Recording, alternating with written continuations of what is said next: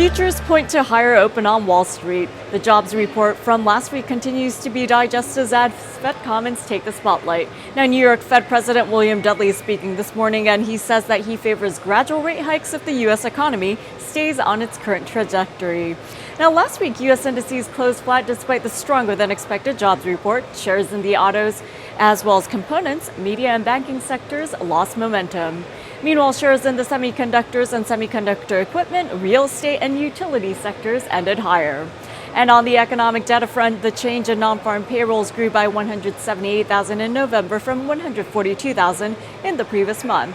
And on the other hand, the change in manufacturing payrolls decreased by 4,000 in the latest month. The unemployment rate came out to 4.6% in November from 4.9% in the prior month.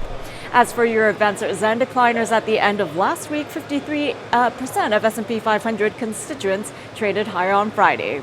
And in the after-hours market, Live Nation Entertainment said it has purchased 51% in Secret Sounds Group, the Australian company led by Jessica Ducrot and Paul Pitico, which owns and produces two of Australia's leading festivals. Moving on to other company news, Celgene and Acceleron Pharma announced updated results from ongoing phase 2 studies of luspatercept in myelodysplastic syndromes. The company says the preliminary results show that treatment with the investigational drug increases hemoglobin and achieves durable transfusion independence in patients with lower risk of myelodysplastic syndromes.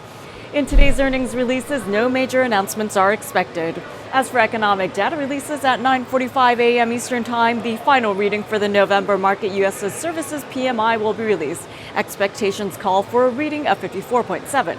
And at 10 a.m., the November labor market conditions index will be released alongside the ISM non-manufacturing composite index.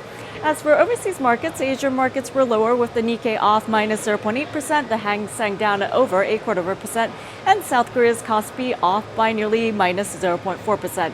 European indices are gaining ground on Monday. As for the U.S. equity indices, for the S&P 500 on an intraday basis, the upside prevails. Trading Central analysts prefer long positions above 2191 with targets at 2206 and 2209 in extension. As for the Nasdaq and Dow Industrials on an intraday basis, the upside prevails.